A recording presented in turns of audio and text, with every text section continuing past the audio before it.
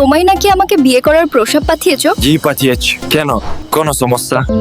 না, কোনো সমস্যা নয়। আচ্ছা, তুমি কি করো? আমি ব্যাংক জব করি। শুনেছি ব্যাংক জব নাকি একবার সবসময় জেলে থাকে। আরে দূর, এটা তো বুড়াকালে, অনেক দূর আর আনসার্টেন। আচ্ছা, শুনেছি ব্যাংক জব একটা গৌরবের পেশা। মানুষ কেন জালিয়াতি করে? যে জালিয়াতি বেশি করে তার তত বেশি প্রমোশন।